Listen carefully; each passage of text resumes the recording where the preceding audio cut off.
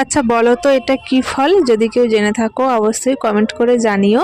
আমার বর অবশ্য ফলটা চেনে, নামটাও বলেছে, সেটা তোমাদের পরে জানাচ্ছি। দেখো আজকে সকালে দুজনে একটু হাঁটতে বেরিয়েছিলাম। সকালের ওয়েদারটা তো দেখেছো, টিপ টিপ করে বৃষ্টি পড়ছে। তো দুজনে হাঁটতে হাঁটতে একটু লেকের সাইডে গিয়ে এই গাছটা চোখে পড়ে। গাছটায় ফলে পুরো ভর্তি হয়ে আছে। আর ফলগুলো দেখতে এত সুন্দর লাগছিল, মানে হাতে নেওয়ার লোভ সামলাতে পারলাম না। তো বরের কাছে বায়না করলাম যে একটা ফল পেড়ে দাও। ও তো প্রথমে পেড়ে দেবে না, বারণ করছিল যে ফলগুলো এখন কাঁচা। তো আমার বায়না মেটানোর জন্য অবশেষে একটা পেড়েও দিল। দেখো কাছ থেকে দেখাচ্ছি ফলটা কত সুন্দর দেখতে, তাই না? আর এই ফলের কালার আর আমার নেল পলিশের কালারটা পুরো একরকম, তাই না?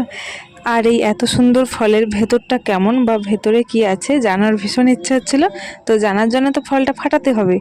তো ফলটা এতটা শক্ত, আমি ফাটাতে পারছিলাম না।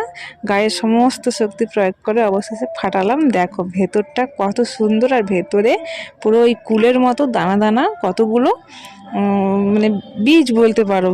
ফলটার ভেতরে এতগুলো বীজ। তো আমার বর বললো যে এটা নাকি বাক্স বাদাম, এটা পাকলে খেতে হয়, আর পাকলে এই যে গ্রিন কালারের ফলটা পুরো একদম লাল হয়ে যায়। আর আমি যেটা পেয়েছি এটা একদম নরম, ভেতরের শাঁসটা দেখো একদম নরম দুধের মতো, এখনো শক্ত হয়নি। ফালতু ফালতু একটা ফল নষ্ট করে দিলাম।